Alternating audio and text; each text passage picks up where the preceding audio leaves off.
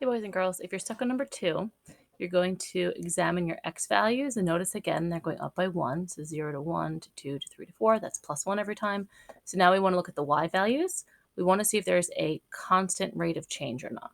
Okay, if it's a constant rate, it means you're adding the same amount every time, and that's going to be linear. And if it's not a constant rate of change, there may be a constant ratio, which would be exponential. That means you're multiplying by the same thing every time. So I'm just going to start with my first two numbers from 2 to 6. I always check for addition first. Okay, so that would be plus 4. All right, 2 plus 4 is 6. Now I check from 6 to 18 and see if that is plus 4 as well. Is 6 plus 4 equal to 18? No. So that means it's not linear. There's not a constant rate of change. Now let's check for a constant ratio. Let's see, 2 times what would be 6? If you're not sure, you can do 6 divided by 2. You should get 3. So this is times 3. And then let's see, 6 times 3, is that 18? Yes, 6 times 3 is 18.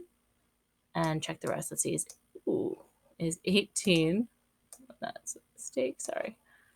Is 18 times 3 equal to 54? Yes, it is.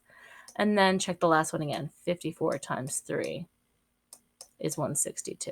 So because you're multiplying by the same thing every time from one y value to the next, it's considered exponential. So let's look at our answer choices. Let's see. A and B both say linear, so those are out. Okay, C says exponential, so that's right, because there is a constant rate of change.